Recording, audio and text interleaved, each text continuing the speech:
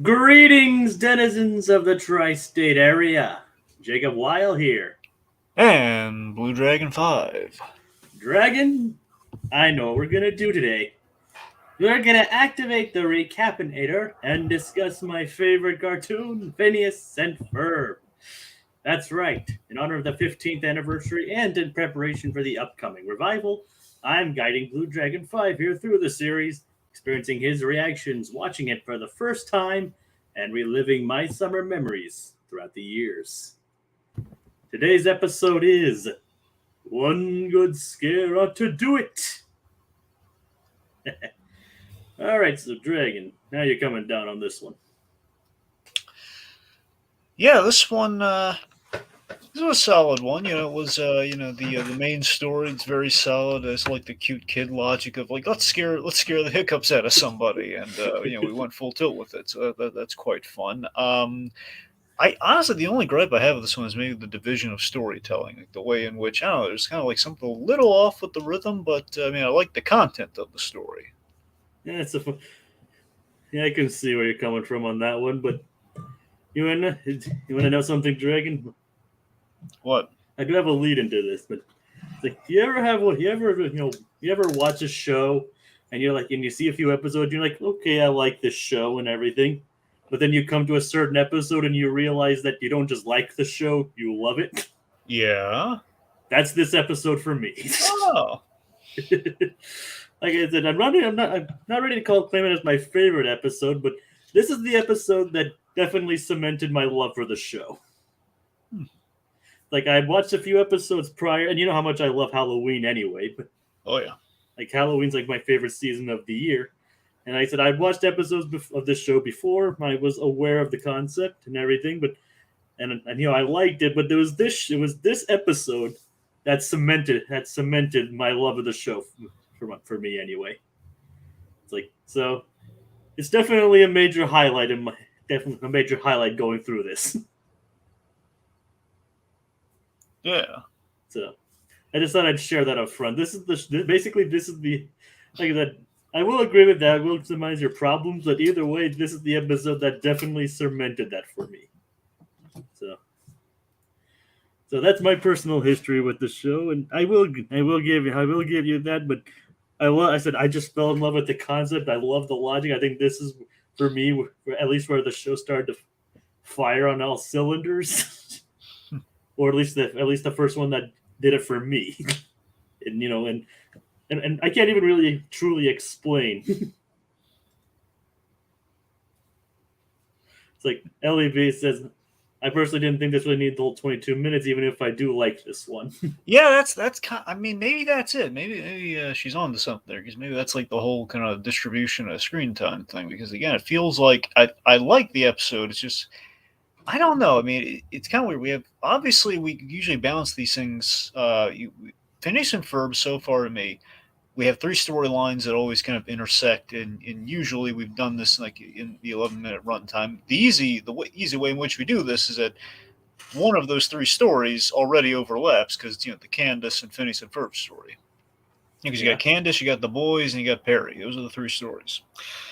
And here, I mean, maybe it's I like the breath that we're able to take with the Doofenshmirtz stuff always.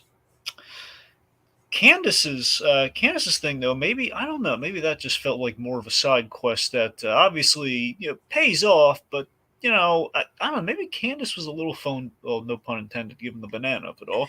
Maybe Candace was a little phoned in this episode. How do you feel? Because it's not that it was bad. It just feels like again like perhaps we could have economized things. We would have lost the full versions of the stuff that really popped, but overall, like, what do you think? Honestly, I do like the fact that this episode is 22 minutes. That makes it allowed the concept to have a little bit more breathing room. Hmm. And like I said, maybe the Candace dub doesn't really overlap well, but overall with the overall concept of the episode. But like I said, I still enjoy it nonetheless. Like I said, I think that what the episode did and what it introduced and everything, how it did everything. Maybe I'm personally a bit biased, but I still think the 22 minutes was was good for this episode. Well, I don't mind Phineas and Ferb doing the 22-minute run time, just period. Because I like kind of giving the episodes kind of like time to kind of explore stuff. But I don't know, this one. Again, I wasn't thinking of it until LAB brought it up. It's like I just couldn't put my finger on maybe what the I don't know, maybe what kind of like the thing was. I don't know if maybe it's like we're not intersecting enough until like just kind of like the traditional point of like, and Perry's doing something that gets rid of the of the the proof that Candace is looking for. It's usually the same old intersect point we always do. I don't know. Yeah, I see where you're coming from on that. Yeah. All right, I guess we can get back and get into the brief bit of background then. Well, behind the scenes stuff. Bobby Gaylor and Martin Olson did the story for this episode. As I said, they did a lot of the first season for this one. The storyboards and written were John Colton Berry and Chris Hedrick. And this episode has two directors with Dan Povenmire directing in. First episode will be directed by Zach Moncrief. I don't know if you recognize his name. No, not automatically. He's mainly well known for being a director on Family Guy before this. But he's also done previous work on Johnny Bravo, Teacher's Pet, and several other things. But this is probably one of the things he's most known for, is this show. But I'm just wondering if you recognize him, because he did work with Dan on Family Guy. And later on, we will come across another collaborator that he worked on with Family Guy. Is it David A. Goodman? Actually, no, it's John Viner. Oh, John Viner. Oh, well, yeah, John it makes Viner, sense. Yeah, John Viner makes sense given the character that he voices. So, yeah, sure, yeah. I don't know if Goodman did it. I don't think Goodman did anything in this. But I mean, I would probably venture to guess that he actually didn't. But Seth MacFarlane actually did guest star in a future episode, so there's that too. So there's a couple Family Guy alumni on this show. And also the first appearance of Susie, of Jeremy's little sister, voiced by veteran voice actress Kari Wallgren. Ah, good old Kari Wallgren. So you recognized her? Recognized the name, course. at least? Yeah, I know Kari Wallgren for a number of things. Of course, I think the most recent thing everyone knows her from is she's always kind of like an odd character, basically almost every odd character in Rick and Morty. Yeah, we need for a female character is kind of like, well, we need someone to voice this lady. Let's get Kari Wallgren. The main thing I know her from is Wolverine the X-Men. That's the thing I know her best for. She is Kari Wallgren. She's voiced a couple characters in Wolverine the X-Men, because the idea is they use their veteran voice cast to do a few characters throughout the series, and the main one she is in that show is Emma Frost. She does a great job as Emma Frost. Emma Frost is kind of a fixture of that show. Huh, nice. Yeah, so that's where honestly it's one of the best things that she's probably done. I'm sure there are other things as well. Kari Wallgren's done. Yeah, she's great. So yeah, I did not know she was the little girl in this. However, I did not know she was Susie. Yep, she voices Susie in this. Yeah, it's it's the first of at least several appearances. We will be seeing little Susie again, and she always terrorizes Candace. that's karma. Not that Candace deserves what Susie does. Oh, she doesn't deserve what Susie does, but I'm just saying in the cosmic sense. Like, you know what, Candace, you kind of brought some of this on yourself in the cosmic sense. I mean, later on, Susie messing with Candace does make one of the most famous scenes of the entire show. So. Really? Yeah, at least one of the most famous songs in the whole show. Okay. I'll explain to that one when we come to it. Right. All right, but let's just say it involves squirrels. All right, so you want to get into the episode then, or do you have anything else you want to say up front? No, let's just dive into it. All right. Classic Candace trauma, always funny. Yeah. Where does that fit into the gritty reboot? Oh, just wait. We got plenty of material for this one. One actually, we don't even have to really do anything for. One is already kind of in the gritty reboot kind of sphere. So we'll. Yeah, you kind of mentioned that when we discussed it behind the scenes. Yep. It's like, I'm looking forward to that one. Right. Anyway, We begin with Candace talking into a banana. Practicing talking to the phone.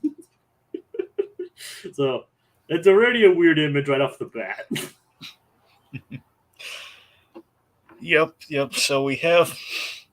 Yeah, so Candace is rehearsing her call to Jeremy with a banana, which already, I mean, great reboot material already. It's like that's what I'm saying. In the CW version, I mean, there's another thing here. Candace, are you using the banana again? Oh god. It'd still be written better than anything in the CW though. Oh, of course, thank goodness. But yes, just this is again Candace with the just Candace on the phone with yet again. It's Candace doing odd things in her bedroom in reference to Jeremy. In this case, she's and the fact that her mother knows the irregular thing that she does. Well, at least this is more innocuous than the waking up with the pictures. Yeah, out of context though, very edgy, a very edgy joke.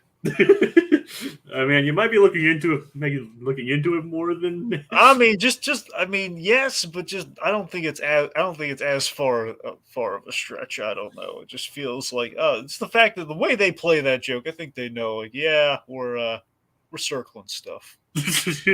I mean, considering the people who made this show, it wouldn't be too surprising. Yeah, that's the thing. So, anyway, I mean, you've probably already noticed some of that kind of humor already.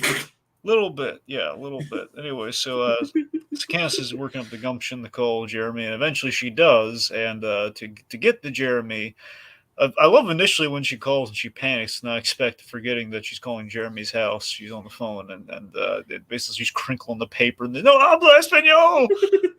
So the thing is, she didn't check to see whose number it was that her mom went to.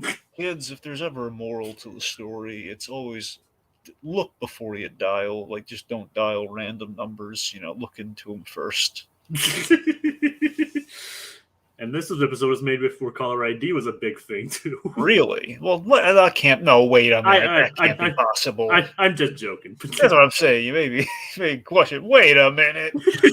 I know. I mean, this episode's not that old. It was made in 2007. Yeah.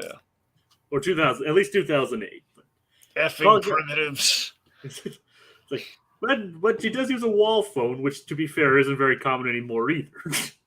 Right. But that is a good point. If you're dialing the number, make sure who you're calling. Yeah. Anyway, so she calls, and who does she get on the phone instead? She dials again and gets a hold of. Wait, like first time or second time? Well, the point being, she calls Jeremy and she hangs up, and then she calls and she gets a hold of Susie. You like Jeremy, don't you?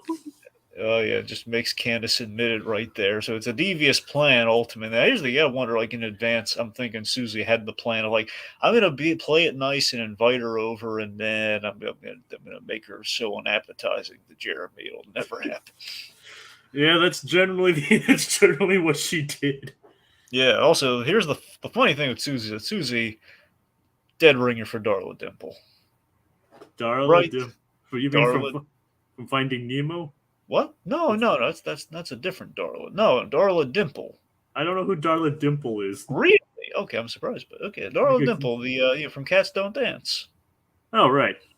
I mean, you've seen that, haven't you? Oh yeah, I forgot her last name. There we go. You said Darla Dimple, like the Shirley Temple knockoff. That's her. Oh yeah, like at least Susie here doesn't want to kill animals. Well, at least not yet. Yeah, well, yeah. And I mean, she wasn't too concerned with her poodle.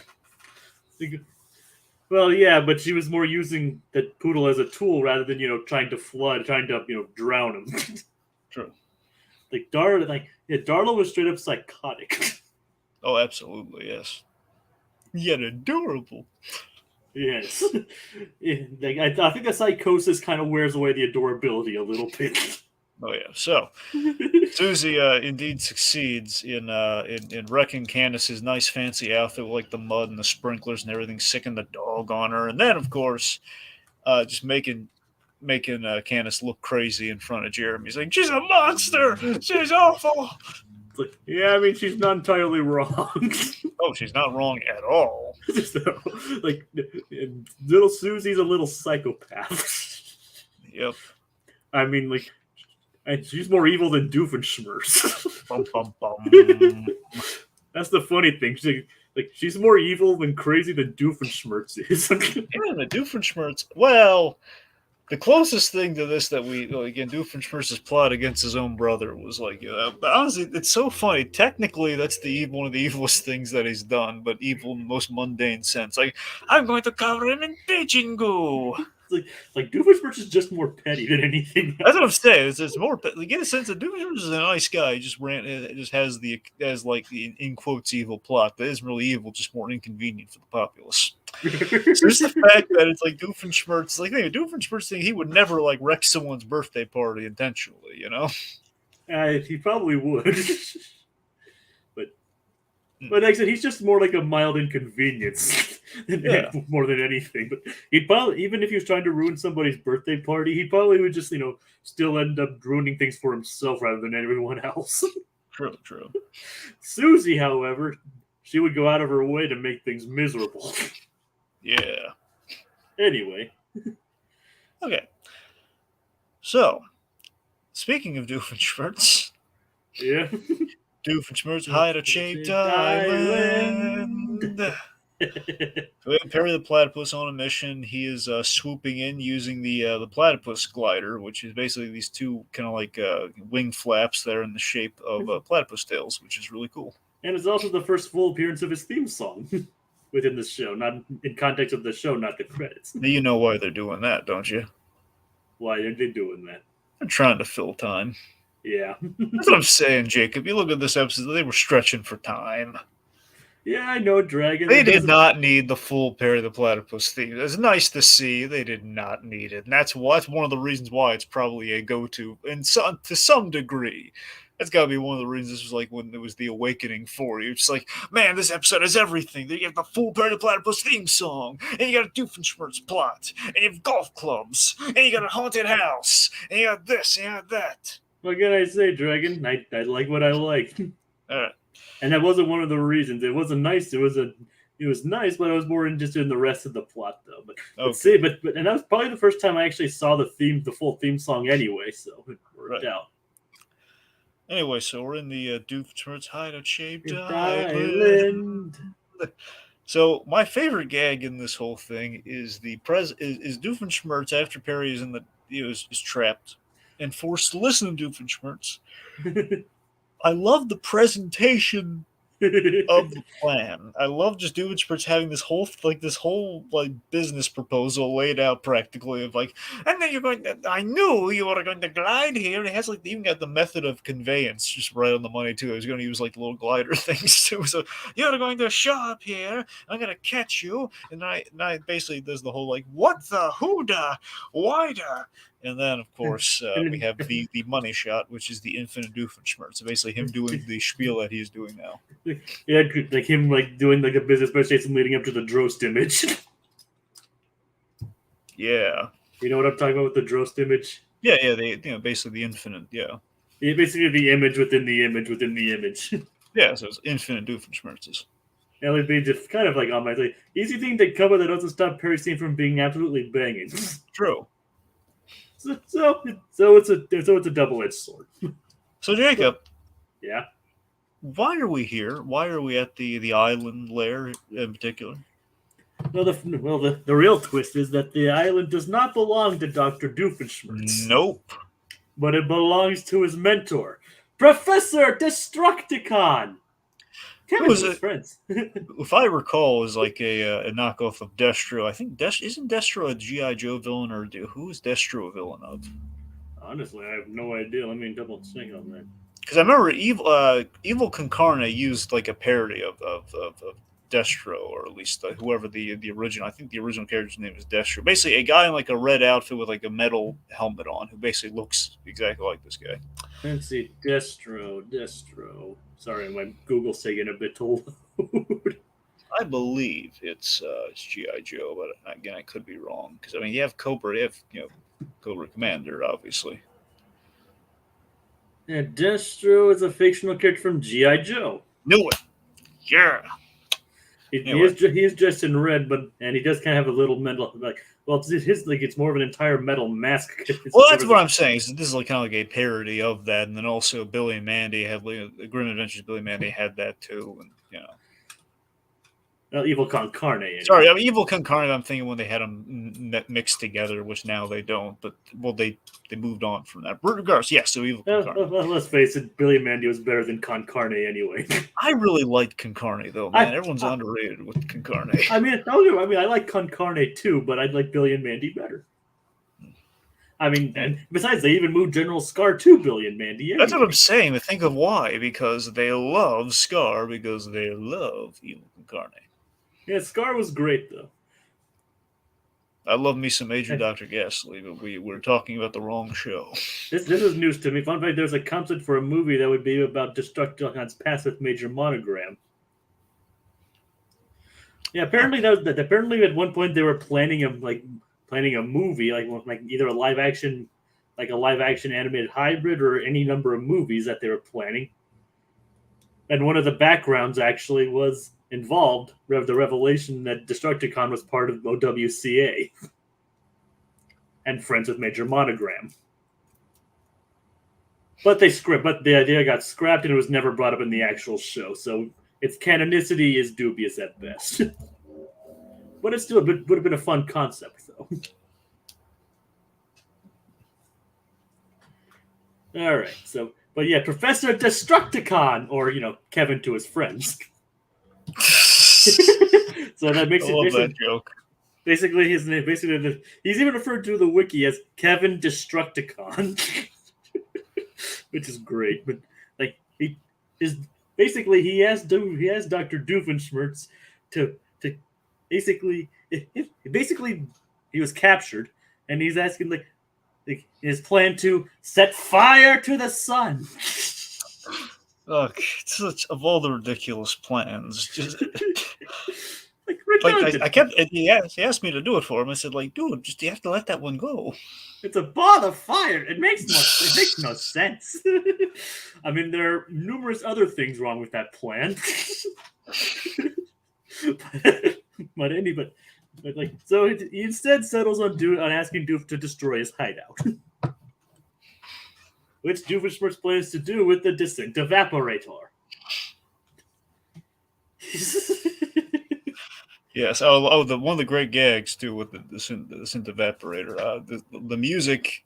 They basically forgot the music cue, and it's like they kind of stopped for a moment, acknowledging, wait a minute, where's the music? Where's the da-da? A Descent Evaporator. Ahem. Dun, dun. The music. He forgot the dramatic music. I like that the episode, the Synth Evaporator, is kind of cued in essentially to the episode's runtime. More or less. I mean, it's a little bit more than the actual runtime when we first see it, but with the actual length of time the episode, in universe takes place, yeah, it kind of is. I mean, you think of it, the boys have to have time to build that haunted house, and plus, Doofenshmirtz has to find his keys, so they gotta fill some time. Which Perry hides. Yes, this is great. I love the fact that I love Perry Bus is not lying when he just says, do you know where my keys are? Oh, great. Where are they? Are you going to tell me? And he's not. Wait, is this because he can't speak, or you're just being a jerk? I love that so much. I just love the fact that he's just looking. It's like, oh, you could have just. Oh, so basically, if I unlock you, you'll give me the keys. Well, you could have said an hour ago. Yeah. And when he's begging him, fine, I'll just be that way. I'll find it. I'll just find it on my own. 1 second passes. Please, what will you have me do? Great. Just again, Jacob. It's just so funny. It's like the equivalent of dangling keys. We're laughing hysterically at Doofenshmirtz looking for keys. Yep. Not even the Ray Romano stand-up of look. Jingling keys. Look at this. It's more of where are my keys? What if Ray Romano forgot the prop? Where are my keys? Oh, God. Maybe Carrot Top took them. God. Anyway. So yeah, we have basically Perry's key to victory is just Doofenshmirtz misplacing his keys. As you said, the mundanity of the show is definitely something else, isn't it? Oh, yes, it is. All right. Let's see. So then let's talk about the haunted house, or I guess Fido's dog house of doom, or whatever. Why is it a dog house, by the way? Well, I don't know. That's just the top of the thing, anyway. Well, yeah, but still, it's awfully specific. It's a dog house. I don't know, Dragon. Maybe they worked with what they had. But they don't even have a dog. That's what I'm asking. Maybe they borrowed it. What did they do with the dog? Maybe it's one of the dogs from inside. That dog gets disintegrated, though. Maybe it got out. I don't know, Dragon. Do you think they killed the baby head? Now the baby head still is going to appear again. Well, that's the thing. Wasn't it like a multiple baby heads, or was that the very same baby head? It's the same baby head. So they did not kill a decapitated baby. They did not kill the giant floating baby head. Okay. But we'll build to that anyway. But Dragon, we haven't even discussed Phineas and Ferb's greatest invention yet. What is their great? The mariachi tree. Ah, yes, the mariachi tree. Their greatest invention yet. Oh yeah.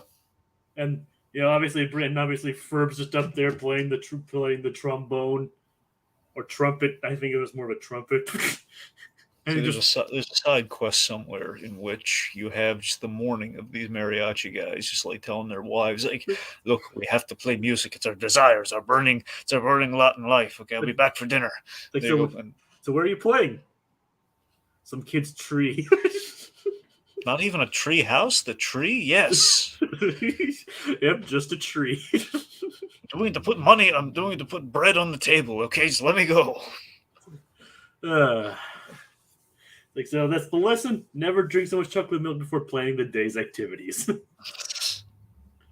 I don't know. Chocolate milk usually gives me good ideas. Wait, really? Dragon, I'm joking here. I was going to be really impressed if it was like an actual logic thing. You just drink chocolate milk and you get good ideas. I was going to be really impressed. Oh, Dragon, it is calming though. So I'll give it that. That's what I'm saying, right? Isn't there kind of I don't know? It's like the milk. There's a refreshingness to the milk. I don't know. Yeah, it's refreshing. But clearly with these guys, it just results in them deciding what's a good idea? A mariachi tree. Dumb question, incredibly dumb question. Okay. Okay. To you, is Yoo-hoo the same as chocolate milk? I've never actually had Yoo-hoo. But technically, but I do know that it's technically not chocolate milk. It's more like a chocolate flavored drink. Okay. It does have dairy in it, but it's not considered milk. Okay. It's like considering you can actually keep it. You don't have to refrigerate it. It's not considered, and it's more considered like a chocolate flavored drink. But you can refrigerate it if you want. Like I said, Gotcha. I've just personally never had it. Okay. Have you had it? Oh yeah, like ages ago, but yeah, I've had LEP. That chocolate milk's a falsehood. Fake milk. It's an imposter pretending to be chocolate milk. You lied to me. This milk's a falsehood. It's a big fat phony. That cow's a phony. No cow made this. It's a lie. This milk. Where's the carton? There's no carton. Where are we going to find the lost children at now? Do they even still do that? Well, if they do, we're not finding the kids. Well, there we go. At least none of the places I get milk from have missing children on them. Yep. Oh god, half missing. Oh, that's even worse. Oh god. Which half? Oh god. Unspecified chocolate vial.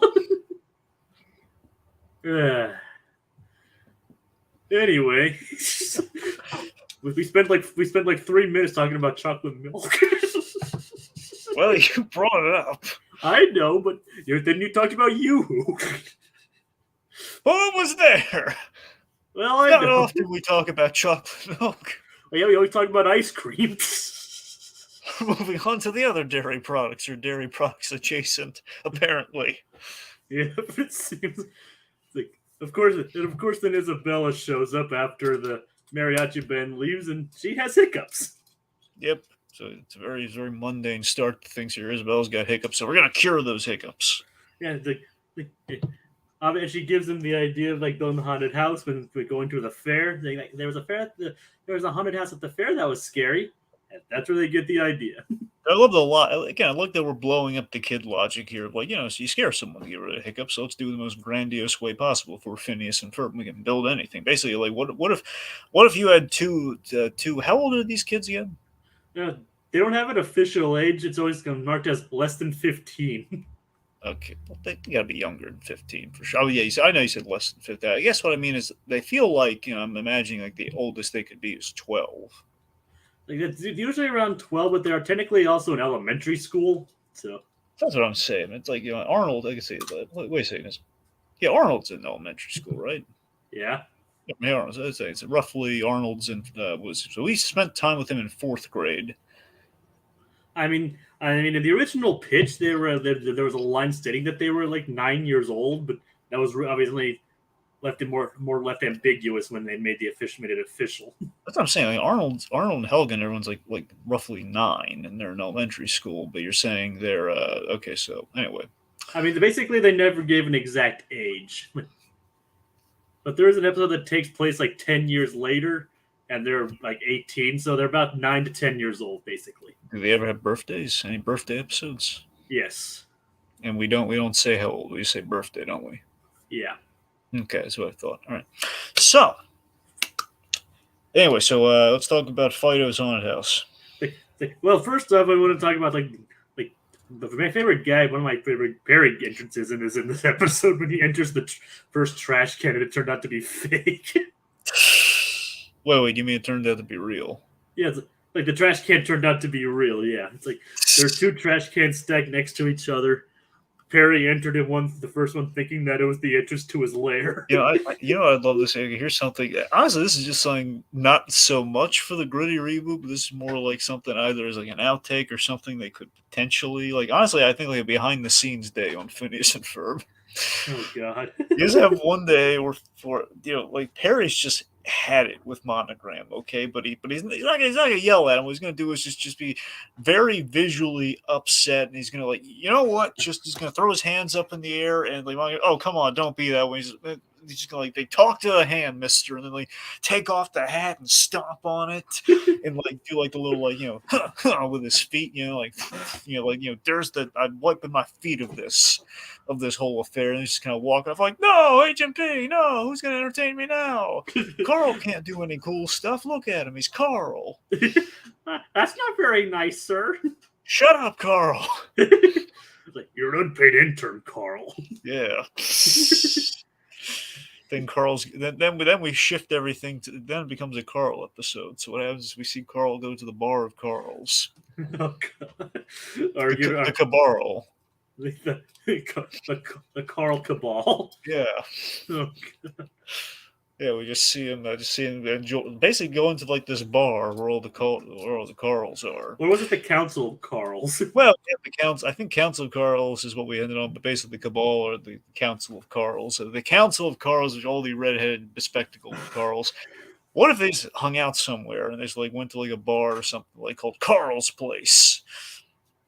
They're all just airing their grievances out of like their other halves. It's like, yeah, like, well, Jimmy's mom came in and it was just more false hope.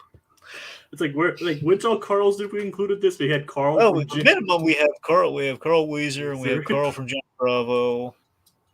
We have Carl from here, obviously. There are other Carls, but we haven't cataloged them yet because they're numerous. Like, I know we specifically mentioned another Carl. I know there was another Carl. I'm blanking on him right now. Or like LEB's Gargle of Carls. Okay, that's active. We don't want to call the bar that. I think she just meant the group. Well, still, I think she means gaggle of Carls instead of not gargle of Carls. You might be going for like a slant rhyme. Oh yeah, with the okay, I see it now. The I don't know. At least that's how I'm seeing it anyway. I would certainly hope so. Gargle of Carls. But no, that would be if you have any other. If you want to catalog any other Carls, feel free. We'll shout them out. It's like it is kind of funny how all these Carls have kind of like look exactly have kind of have the same almost design. Then we nerdy glasses. Then we have red the hair. fictional Adonis of Carls, which is Carl Weathers. Yeah, well, he's real though. I mean, Combat Carl. Sorry, I meant Combat Carl. The idolization of like that's our Carl Mecca. He's that's what we that's our Superman of the Carls. They worship that Carl. We love that Carl. Unfortunately, he was blown up. No. That was a different Carl. That was the unified Combat Carl, not the rebranded Combat Carl that came 10 years later, my friend. Technically, I guess she did mean gaggle.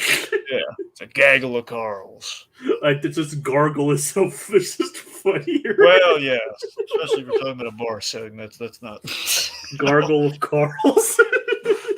Honestly, it'd make for a great just kind of like what if the Carls were like spokesmen for for mouthwash? Oh God, minty fresh. Yep, minty fresh, Johnny. I love this more than I love Jimmy's mom. Jimmy's mom. Okay. We're getting off track here. Let's refocus a bit. Yeah, I know. So let's see. So point being, overall, the haunted house, it's a love letter to the haunted mansion. Let's be honest. Yeah, there's even a floating candelabra. Oh yeah, floating candelabra. We have the big song of the episode. Tell us a little bit about the song. Well, the song is called "One Good Scare." It was the writers were Chris Hedrick, Danny Jacob, Swampy, and Dan Bob and Meyer. And this is actually the first song where Phineas is the solo artist. Like this is the first time Phineas actually performs the song himself. Yeah. And like I said, I just love this song. It's one of my favorites from the first season, honestly. It's like you just get this like Danny Elfman-esque music as they trek through this haunted house, like which is like a big, as you mentioned, a big love letter to the haunted mansion. That's fairground haunted houses in general. Yeah. They run into Baljeet, who is a failed math test. Dressed as a failed math test. You can run, but they won't do the college of your choice, I tell you. Oh yeah, for sure. And of course, you get to the most horrifying part of this episode.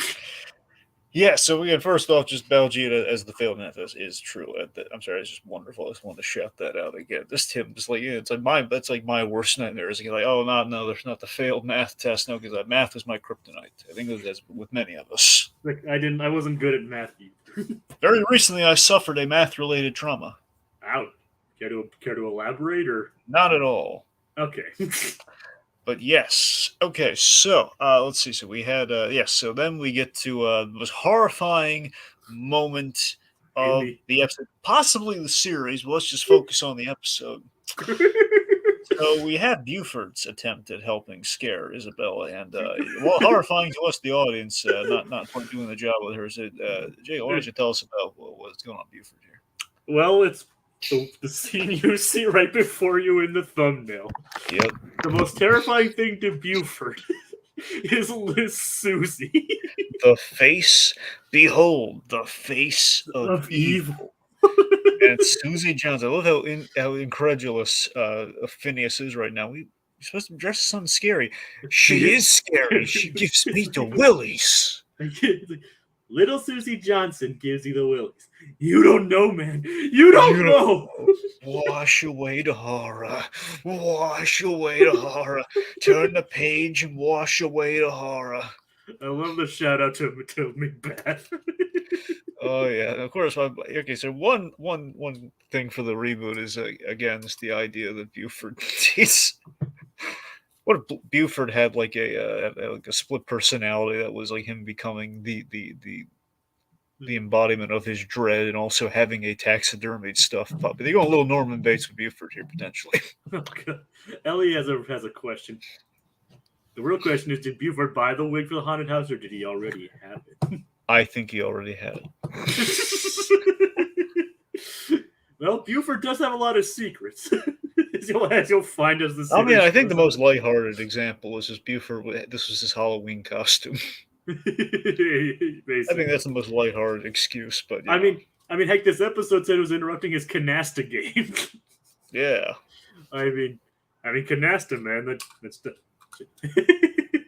I don't know. You know, it's funny when I think canasta, I keep thinking of this episode of The Nanny, in which it was an episode where the boy Brighton, right, basically was a whiz at canasta. So he basically went to like a convention and everything with Fran Fine and her like her mother's friends, like as part of like as on her canasta team.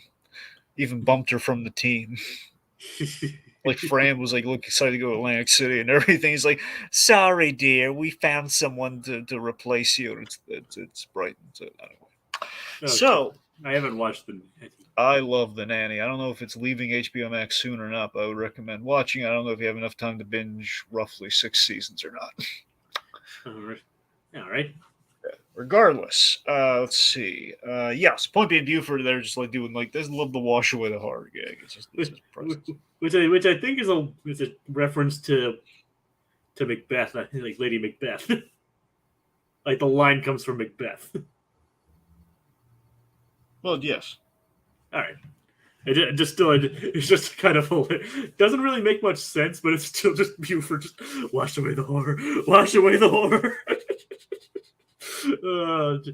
Buford dressed as Susie. He's like, it's the stuff of nightmares. But it's like, I mean, we had discussions on what to make for what to do for the thumbnail this time. Remember, little inside baseball, guys. We had some discussion as what to do for the thumbnail, and like we were gonna do like an image from the song or like the giant floating baby head, but we ultimately settled on this, which I think was the right call. What do you think, Dragon? I mean, look, they were both good options, but I mean, this one just for comedic purposes, like for comedy purposes, absolutely. It's like for comedy, absolutely. Yeah. So anyway, we get to the top of the organ, which I do love the fact that the house is controlled by a giant organ. Yeah, that was cool.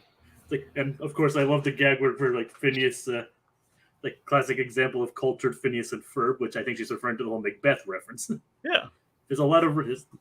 I love like that's the kind of thing I love about this show. Like it has like those kind of cultured references and references that certain people wouldn't get. But then again, it has like the gag of Ferb being launched through the air and landing and falling through the haunted house. I don't know. I just love like physical gags like that. And we do like a little Thriller homage with Ferb like laughing in a deep way at the end. Yeah. And I just love his little like exasperated look at the end of it. Mm-hmm. Oh God. All right, let's see. So, okay, so we see Candace after everything's gone belly up with her kind of impromptu date with Jeremy. I love that she's been traveling all the way back home with that poodle still latched on her helmet. Yeah, that is funny. Well, remember she left and she said, like, I'm gonna go while I still have some dignity left. And then the poodle was still attached to her helmet. Which at least she was smart enough to bring the helmet. Yeah. Remember, kids, always wear a safety helmet. Even if it's got a poodle on it. Yes. I don't mean just like poodle pattern on it. I mean, even if there's like a literal poodle on it, you should wear that helmet. Yeah, but it might add a few extra pounds, but it'll be worth it for the safety. Yeah, it can always absorb the impact with the dog when it blows up upon impact. Oh, God. That's the Gritty reboot, right? Exactly, yes. So, like, are you getting to the whole thing with the Gritty reboot? It's at the end. It's towards the end, Jacob. We'll get there. Okay, because I'm looking forward to this. It's silly, but it's really we'll get there. You kind of teased. You've been teasing it, and I'm really looking forward to it. I mean, I don't know if it's going to live up to the hype, but we'll see, man. We'll see. I know, but I'm always looking forward to the Gritty reboots. Anyway, so So Candace, she goes. Basically, they're trying to turn it up for Isabel, and as they're turning it up, Candace has now entered the house, and she gets like the full like treatment, and it's quite horrifying to her. Like she's screaming at everything. Like she gets scared by the Fireside Girls in some kind of weird costume. There's the floating candelabra, The spiders. The spiders. Even a shout out to the skeleton dance, which is interrupted by the giant floating baby head.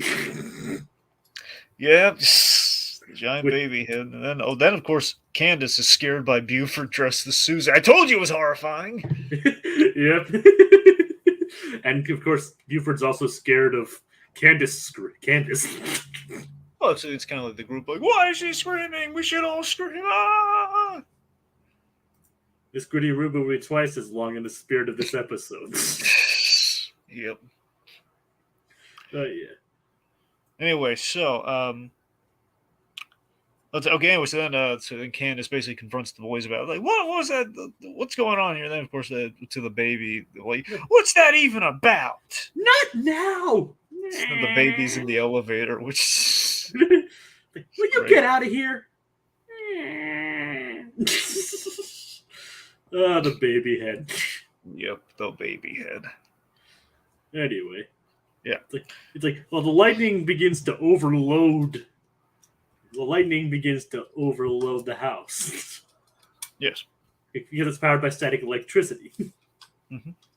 And so everything begins to go haywire. Yes, and then just to kind of backpedal a skosh here. So Perry the Platypus, this is really, I gotta be honest, even outside the comedy, this is a really good kind of like action kind of set piece for Perry and Doofenshmirtz. They're on like this jet.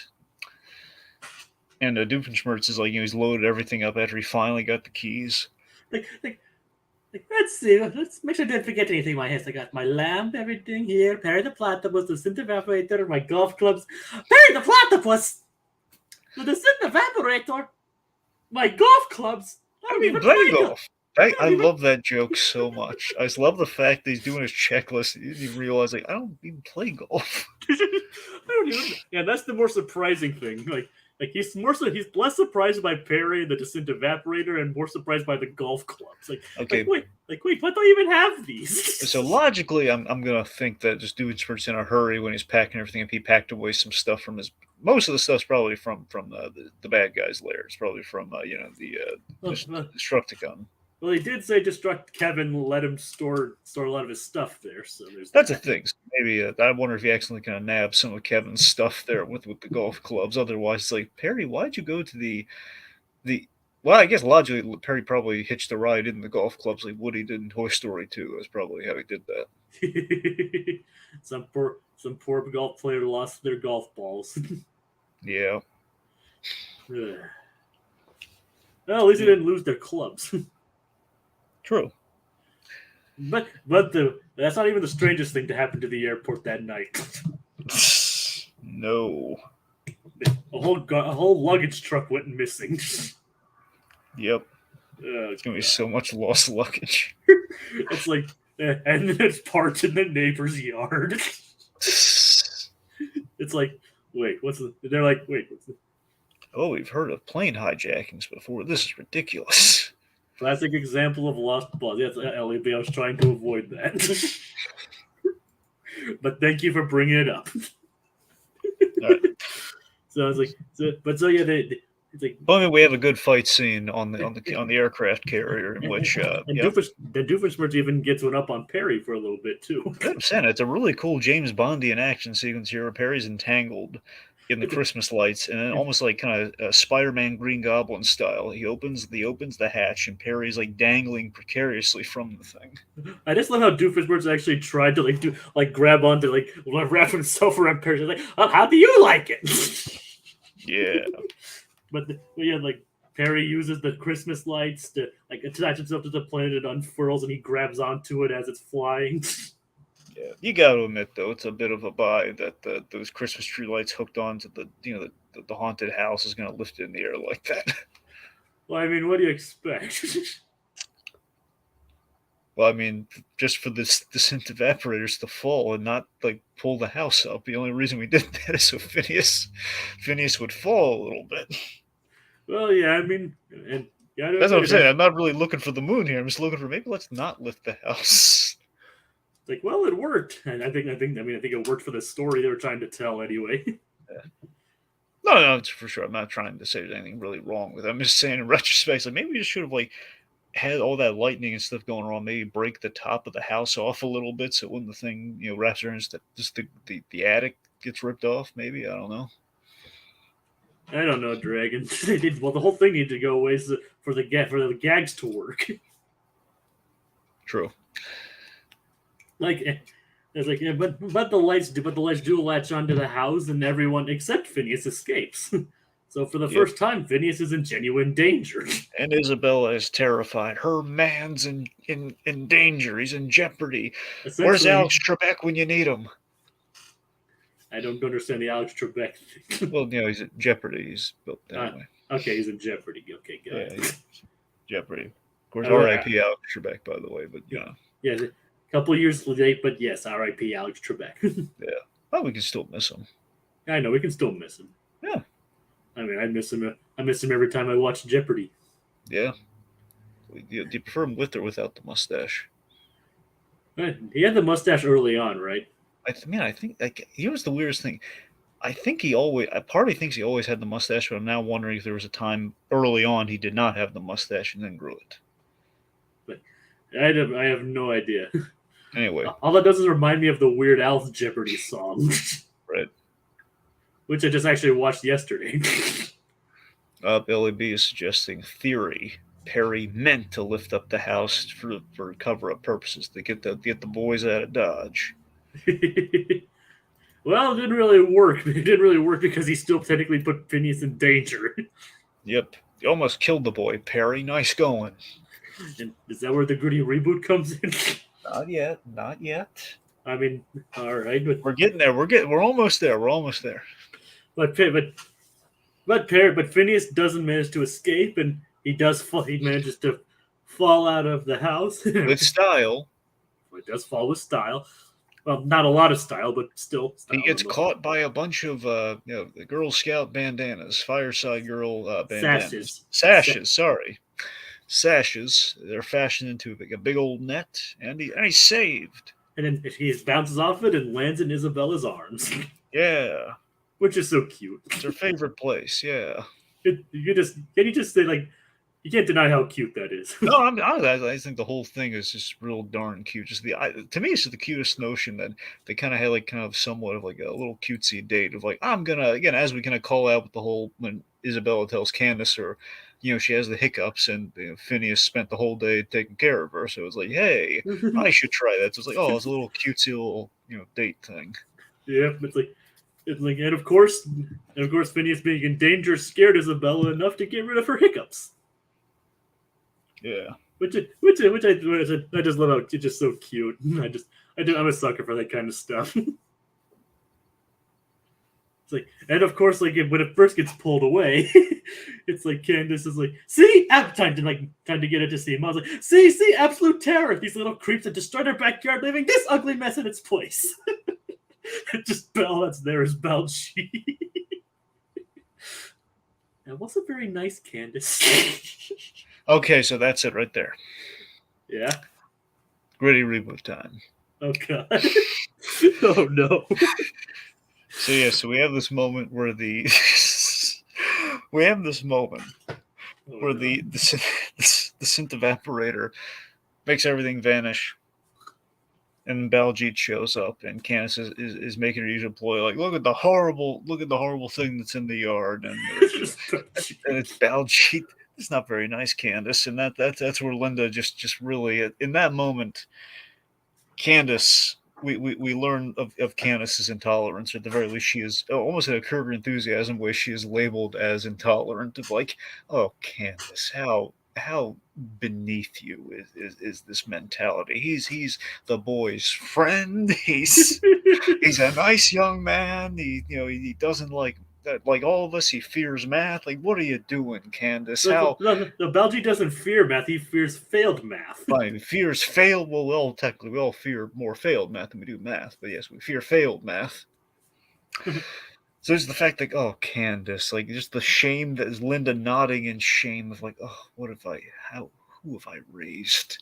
And just enters the house, and Candace's like, no, it's not that. And then of course she tries no, look who's back. And of course, just like Candace locks her out of the house, like, Candace, you have no home here. Just go, you intolerant swine. Go, just go. We've disowned you now. Oh God. We won't stand for your intolerance anymore. You can no longer reside in this dwelling. Like, go, just go on. And you know what? For good measure, we're telling Susie, which means Jeremy's gonna know. Oh God. That is pretty dark. Yeah, I mean, did it live up to the hype at all, or? A little bit, yeah. What I'm saying is, I was kind of giving at it just like the fact that, like, well, yeah, it's always a misunderstanding. We look at like, oh, Candace, that's really not a nice thing to say. Like, oh, yeah, man, in Like, proper context, it's really not a nice thing to say. LAV is this to say? I've agreed to fun in a very non-Disney way. Oh my God. Yep. But yeah, I mean, out of context, it does look just out of context. It doesn't look bad. Like, that's not very nice, Candace. I like that we've been building this running gag with Linda Hull. That's not very nice, honey. It's not very nice, dear. Like, it's not very nice. Well, those are really the only two times she says that. I think there was a third time, wasn't there? Well, I was like, well, yeah, but I think this is like the only time it doesn't become a running. It's not one of the running gags that happens. So it's not going to come back, you think? I don't think so. Not in any big way. That's a shame. It is. I mean, the more running gag is her not seeing it. Right. But either way, it would have been nice to have a running gag. Yep. Anyway, so Baljeet's in therapy right now. There's like a whole like hashtag Baljeet movement, or hashtag accept Baljeet, or hashtag love Baljeet kind of movement going on. Hashtag save Baljeet. Yeah. Hashtag save Baljeet. Like, I mean, I have to bring in the whole Ferris Bueller thing into this. Or hashtag beloved Baljeet. Or hashtag Baljeeted by Candace. He was Baljeeted by Candace. Oh God. Baljeeted out of equality by Candace. Maybe I should start creating banners for your gritty reboot time. It's a little late for it now, but I know, but maybe I should start doing that. Yeah, well, we'll consider. Yeah, we should consider. It's like, okay, now we're talking about the gritty reboot. I mean, if that's what you guys tune in for, people just skip the gritty reboot at this point. Yeah. Yep, that's when we start talking gritty reboot time. Okay, anyway, so then we redeem Candace from her intolerance. We see Candace and Jeremy. It's like have that. She gets inspired by the idea of what Isabella did, and basically starts faking the hiccups to get with I can't believe she literally Baljeeted him. She Baljeeted the boy. She Baljeeted the boy out of like fair treatment. Oh God. We were all having a good time, Candace, until you rained in our parade with all this hate talk. Look at the boy. He's crying now. That's less gritty reboot and more real and like misaimed realistic reboot. Sure. Like misaimed because that would not be in character at all. But anyway, you were saying. Anyway, so yes, Candace is faking having the hiccups. And it's nice, and she's kind of like rubbing in Susie's little smug, Darla Dimple looking face, and then, what did I do? And then, of course, Buford's like, nothing. He's terrified, dressed exactly like her. I think she's probably confused by that, but like that does remain the question: what did she do to Buford? Now that is the question. So, perhaps we should speculate. Oh God. Well, Jacob, what do you think? I have no idea. Oh, yes, you do. Honestly, I do. Like, she probably bullied him in some deranged way. Like, she not just physically, but she tore his mind apart. Well, let's not go crazy with it, Jacob. Okay, what did he do? What did she do then? You're the one talking about. You're the one talking about all the gritty reboot stuff. I know. I'm kidding, Jacob. I'm kidding. God. All right. So what do you think she did to Buford? Okay. She probably stole his pet goldfish or something. Or better yet, she stole his poodle. Buford lost his beloved prized pet poodle, and she took it and she found it. She renamed it, and she worked her little cutesy act and told him, whispered to him, "Hey, this is your dog, but it's mine now. You're never getting it back." Oh, You can tell, and this is where the evil comes in. Like, you can say all you want, you can protest, but all they're ever gonna see is you're bullying a little girl. So say goodbye to your dog. You can see him from a distance. You can have your plush little fake one. You'll never have the real one. I got you. And your little dog, too.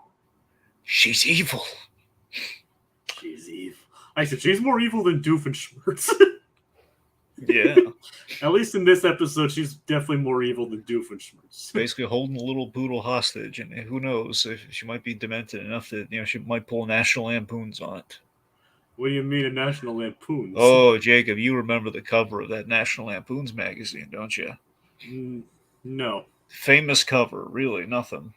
It's not ringing a bell, Dragon. Okay. National Lampoons. I'm more familiar with them. I'm more familiar with their movies than I am the magazine. Well, I know that's true. I'm saying of the magazine had a number of memorable covers. This was like the cover, man. Like everyone knows this cover. If I tell you, when I tell you this cover, you're probably gonna remember. It's the famous cover of a man holding a dog, and the dog's looking nervous, and the man's holding the dog at gunpoint, saying, "Buy this magazine, or we'll shoot this dog." That does sound vaguely familiar. Exactly, because it's absorbed in the culture, man. The lexicon, it's there. So basically, it's like her saying, like, "And if you try and take him, I'll take him with me." It's like LEB has her own idea for the gritty reboot. Well, I'd like to hear it. Disgusted by Buford's bullying, she made Buford face his own ways, leading into having an existential crisis. Yes. That's pretty much what I said. Like, mentally broke him. Yeah. She psychologically tortured him. I mean, we've seen what these crazy little girls can do. As you mentioned, Darla Dimple of all people. Oh, for sure, yeah. I mean, although Susie never resorts to borderline murder. I mean, would you consider what Darla did to be almost attempted murder? Well, I mean, yeah. I mean, once she sent Max after him, then she kind of tried to drown everyone. I mean, I don't know how intentionally murderous it was, but I mean, she's definitely got murder in her, Darla Dimple. I mean, yeah, she's a psychopath. Yeah, she's got to be stopped, man. She's trouble. I said Susie never gets that far, but she does terrorize Candace more. And as I said, at least one of the most famous moments from the entire show. Oh, I'm looking forward to that. Oh, but basically it's become famous more recently than it was. But even back then, it was just like great. I expect the gritty reboot to go in depth in the morality and inner traumas of the Phineas and Ferb characters. Exactly. I mean, Candace is going to snap and go all kind of bell tower on everyone. Bell tower? Yeah, the bell tower.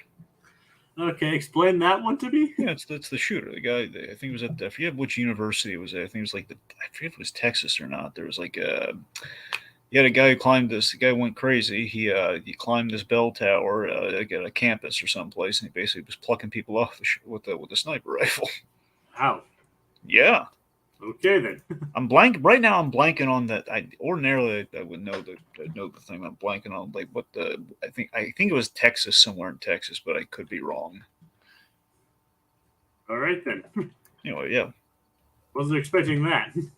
Yeah. I mean, it's a fun fact. They kind of parodied this once in one of the Flintstone Christmas episodes too. So it's kind of.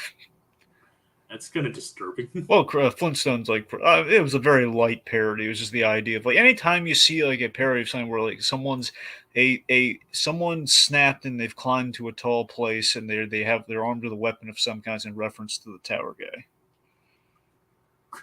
So the Flintstones made, like, a gag about, I believe, I'm trying to forget. This is going to sound really dumb because, I don't know if the kid's name was Rocky or not. I think it was Stone. It was Stoney. The kid's name was Stoney. So the last well, I guess, let's say roughly chronological. Okay, let's just say basically if you went by the Flintstones chronologically, the last thing the Flintstones universe before rebooting it or anything was the Flintstones Family Christmas, and that especially you had a gag where, like, they're saying, "Man, Stoney's a troubled kid, all right," and we see him as a baby, like, like climbing like a tall place, and he's again not like actually going to hurt anyone because he's armed with like a squirt gun or something, So he's like, so it's in reference to that. And LEB says, like, imagine joining the stream just now and hearing this discussion. Yes, me explaining the world's atrocities to my co-host here. Yeah, it's like, someone's sniping. So let me tell you about Waco, Jacob. So Waco is actually in Texas. I actually know about Waco. Oh, good. Thank goodness. All right. Let's just say there's a reason why it's nicknamed What a Cookout. Yep. I'm well aware of Waco, Dragon. But, well, making sure.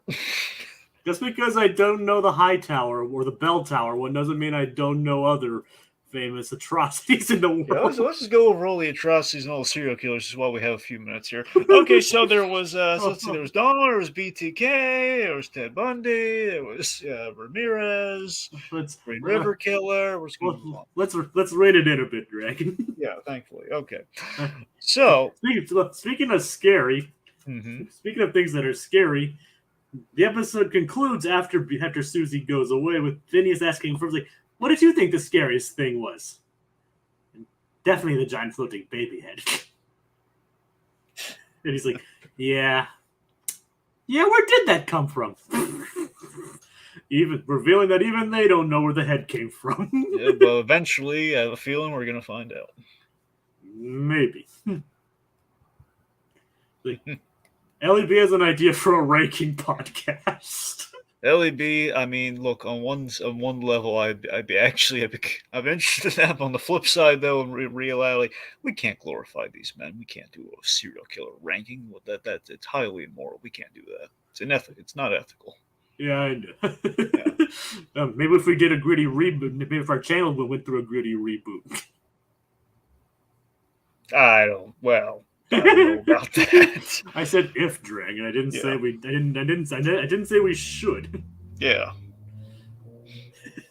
I mean, that's probably years down the line. Yeah, we need a reboot. Yeah, right. It's like we don't need a reboot just yet. I mean, we're not animated Batcaves over again, but grittier. It's like how would you do I mean, did you ever do anything like gritty reboots for Batcave? Well, that's what I'm saying. No, we've never done like the gritty reboot. No. I mean, Batman the Animated Series and Batman are kind of gritty enough as it is. That's what I'm saying. Be redundant. I know, but you can make them even darker. Or you can do something else and make it okay, here's how to make this lighter. Instead of doing a gritty reboot. I don't know. We kind of casually do that already on Batcave. We kind of key in on the minutia at times, so it's kind of lighter. You can kind of make it softer instead of grittier. Oh, here's something. One of my favorite little details in the episode, rewatching it, when Candace hits the elevator button, it's got a little scary face, a little scary button on the elevator. Yeah, there are a lot. Sometimes the show doesn't really go into it full much, but sometimes there are neat little details in the background. Something that's not always called to attention, but if you notice, a lot of the pictures also had when that lightning flashed, there are skeletons inside of them. There are neat little details in this show. Yeah, I said it's not something they always go out because TV budget and everything, but it is still pretty nice to check the backgrounds and see and everything. So yeah. I said I still stand by my statements at the beginning, but I understand your guys' opinions on this, and of course, listen to the stream. Don't glorify serial killers. Yep. That's the lesson to be taken away from this stream, kids. Seriously, don't do it, kids. Like they don't need it. They don't need the attention. They don't need it. No, they don't. Nope. But so yeah. So I think that does it for this week. Dragon, do you have any closing statements or anything? I don't think so. I think we're all good. All right. So now next week is actually our 10th episode. Milestones. Yep, 10th out of about 100. But we're some fraction of the way there. Yes, and we would like to thank to everyone who actually watched last week's episode, which was our coverage of Jerk to Soleil and Toy to the World, which is currently sitting at 253 views. Now, well, let's not spit numbers at the people here. It's not, I know. I'm just thanking the people who watched it. All right. So I was like, thank you everyone who's watching and who's watching this. If be sure to let us know how you enjoyed it, and always be sure to tune in. We do this every Friday. Just fair warning, folks. Yes, ordinarily every Friday. Next week might be a skosh different, but we'll get there. Maybe. Again, let's just say ordinarily every Friday. All right. Well, that's every Friday, barring any circumstances. Yeah, barring circumstance, every Friday. Yes. All right. Well, I think that does it for this time. Join us next week on the Recap-inator, when the boys and Doof are on a trip to merry old England. The boys build robots, and Doofenshmirtz makes some embarrassing phone calls. Good night, everybody. Yeah. Can is the banana for you. I am not using the banana this time.